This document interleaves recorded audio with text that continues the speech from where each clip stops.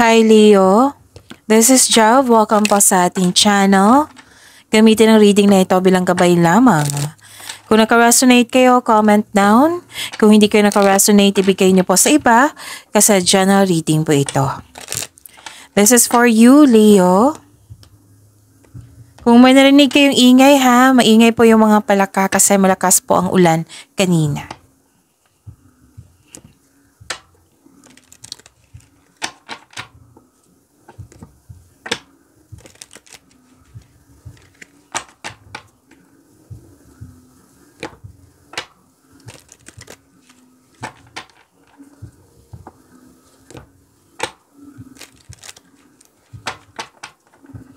Para po ito sa iyo, Leo.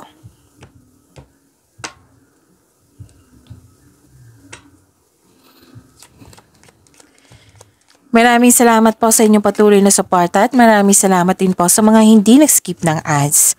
Sa mga hindi pa nag-subscribe, subscribe na po kayo at click bell notification para malaman nyo na may bago tayong video.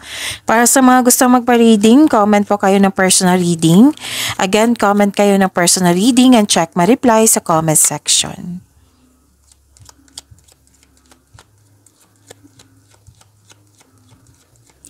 Mga ganap po para kay Leo, I need 3 cards po.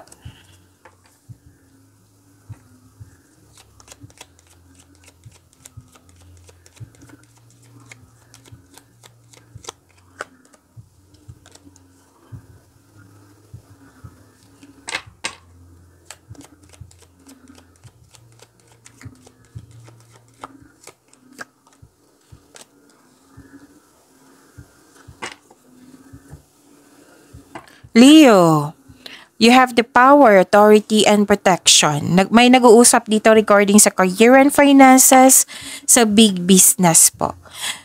May malaking influence ang isang mother figure at may malaking influence ang isang lalaki sa araw na ito.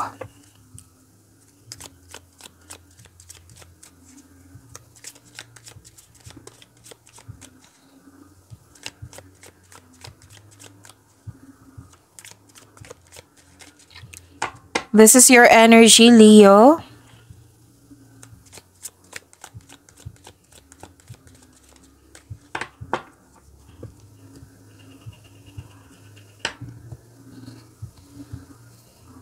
Kung may narinig kayo or may nakita kayong repeating message, meaning to say, pinupush ng cards nyo yan. Like for example, nanood kayo ngayon ng June 5, 2025 na video reading nyo at ngayon. Tapos may napansin kayo na repeating message po. Yan po yung pinupush ng cards nyo na kailangan nyo bigyan ng atensyon, solusyon, at aksyon kung maaari po. So ano yung energy ni Leo? Granted yung manifestation mo. Nagkaroon ng masaganang simula. Masaganang panimula. May mabuting balita ukol sa bagay na papasukan. Like for example, natanggap kayo sa trabaho, natanggap sa scholarship, loan application, basta may in-apply kayo at natanggap kayo. Oo, kakasimula mo lang sa trabaho sa isang kumpanya or negosyo. Sabi po ng card dito, patuloy mo lang ang pagsisikap. Tutukan mo ito kasi magkakaroon po ng self and financial growth. Maging bukas din kayo sa mga advice ng nakakatanda sa iyo or may well-experienced na sa buhay. Nakikita ko rin dito na nagkaroon po ng power, authority, and protection. This is your sign, okay? This is Leo's sign. Okay, so lumabas din dito yung power, authority, and protection. Leo. Nag-clarify siya dito sa inyong tarot cards. So, yun. Mapagmahal kayo sa buhay, marunong kayo sa buhay, marami na kayong napagdaanan na hirap sa buhay bago naging successful. Authority, leadership, stability, and calm.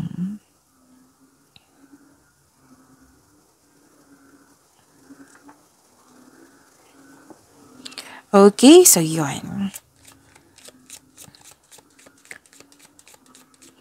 Spirits, guide, angels, archangels, guardian angels, message pa para kay Leo. 444, soulmate connection. Be open to meeting someone who resonates with your soul and brings deep love and understanding into your life.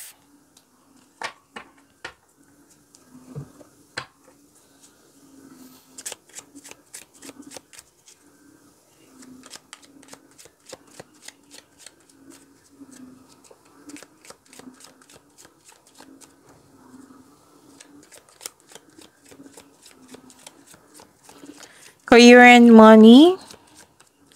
Career and money ni Leo.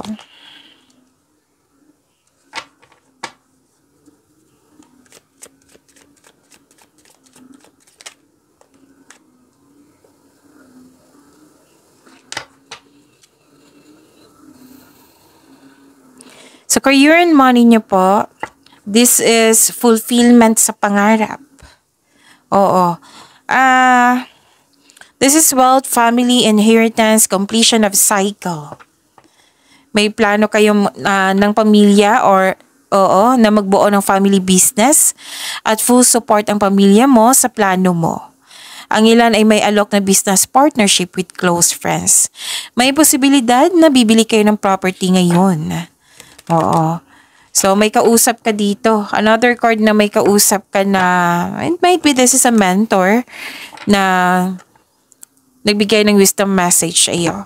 So, maaaring makatanggap kayo ng pensyon, retirement o masaganang ani ng buhay. Nag-save din kayo sa inyong sarili, sa pamilya at may specific person na tutulungan mo. Oo.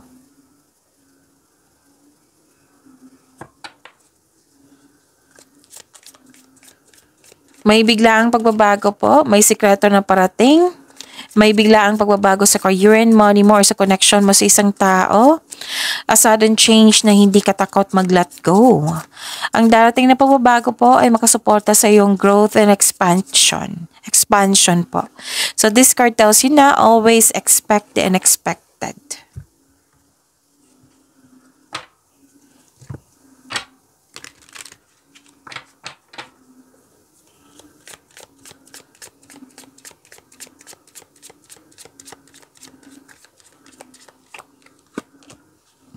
Retail.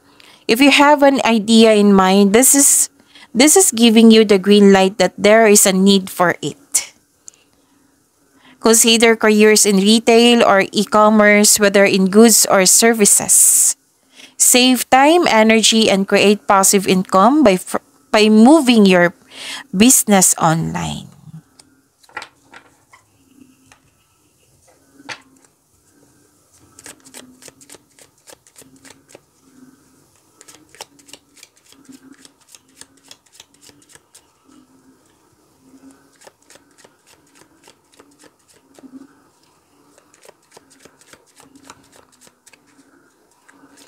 Love life, self-love, partnership, and romance ni Leo.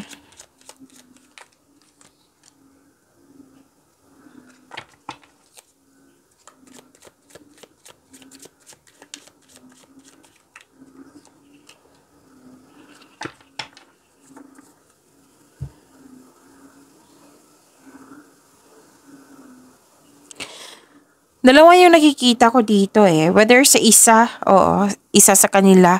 Kasi may situation dito na may tuto sa inyong desisyon, plano, or ideas. May sitwasyon din dito or may sitwasyon dito na may concern sa third party.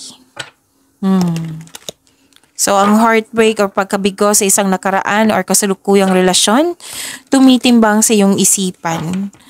So, ang pagtanggap ng isang masakit na katotohanan or pagtanggi ay isang mahalagang hakbang. Oo. So, kailangan mong i-process itong nararamdaman mo. So, huwag magpadala sa matinding lungkot. So, this card tells you to accept and free yourself from this kind of emotions, pagalingin at palayain ang sarili mo.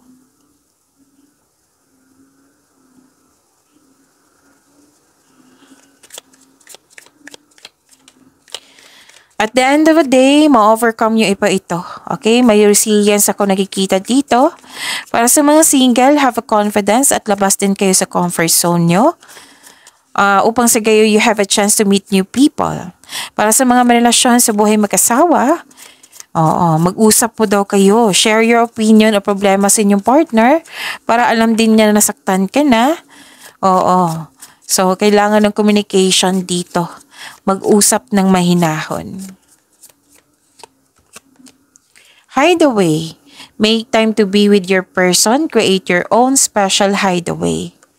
Pag-imanin niyo po yung blessings sa binigay sa inyo, Leo. See you tomorrow. Maraming salamat po.